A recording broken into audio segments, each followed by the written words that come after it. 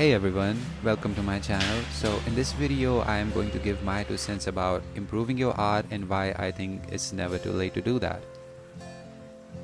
So yeah, hopefully you get something out of this video and it motivates you to get back to drawing again.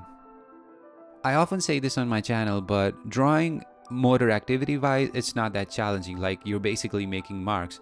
But it's a state of constant comparison where you have to make changes as you see in the reference.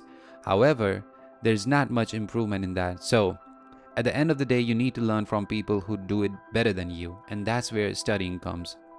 And I'm not saying that repetitions are not important. You need to do what you already know so that gets engraved into your brain. But the big issue with that is you'll always get the results that you have received in the past because you're never venturing forth, you're never exploring, you're never studying, you're never learning from people that are miles ahead of you. And just get this idea in your mind that the cost of entrance and the cost of improving is that you need to get rid of the ego that doesn't want to explore something that you don't know, that you're not familiar with. So yeah, make your notes and just try to understand the mentality behind the artists that you admire. Just try to understand why they're doing what they're doing. What is so different about them?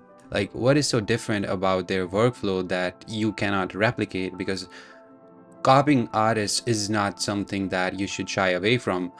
The more you copy, the more you understand, and it's almost like you're an amalgam of all the artists that you copy, and nothing in this world is original. You have to understand that you're always going to be a mix of the people that you admire, the people that you follow.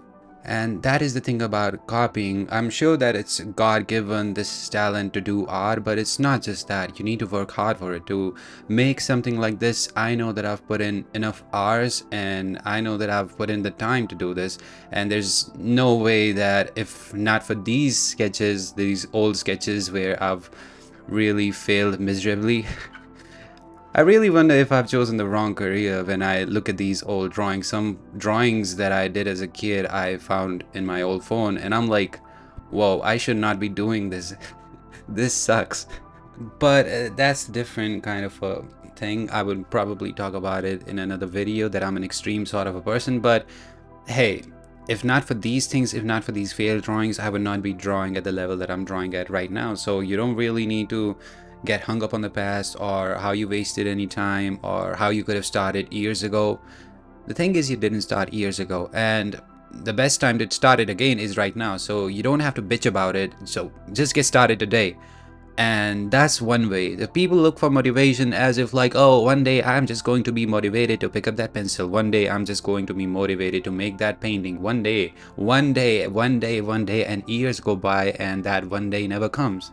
And also, for anyone who has already started this journey, just be prepared to sacrifice things, be prepared to let go of things, as it's really going to test you. I think Mike Tyson said it best, that anytime you want to be good at something, you almost have to give your happiness up. And what is happiness? If you think that you can just chase down happiness and get it to stay with you forever, you're in for a rude awakening. That is not going to happen.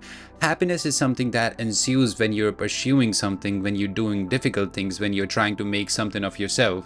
It's not something that you chase, it's something that ensues. Anyways, I think this is it for the video and I hope you learned something out of it. And yeah, I will see you in the next one.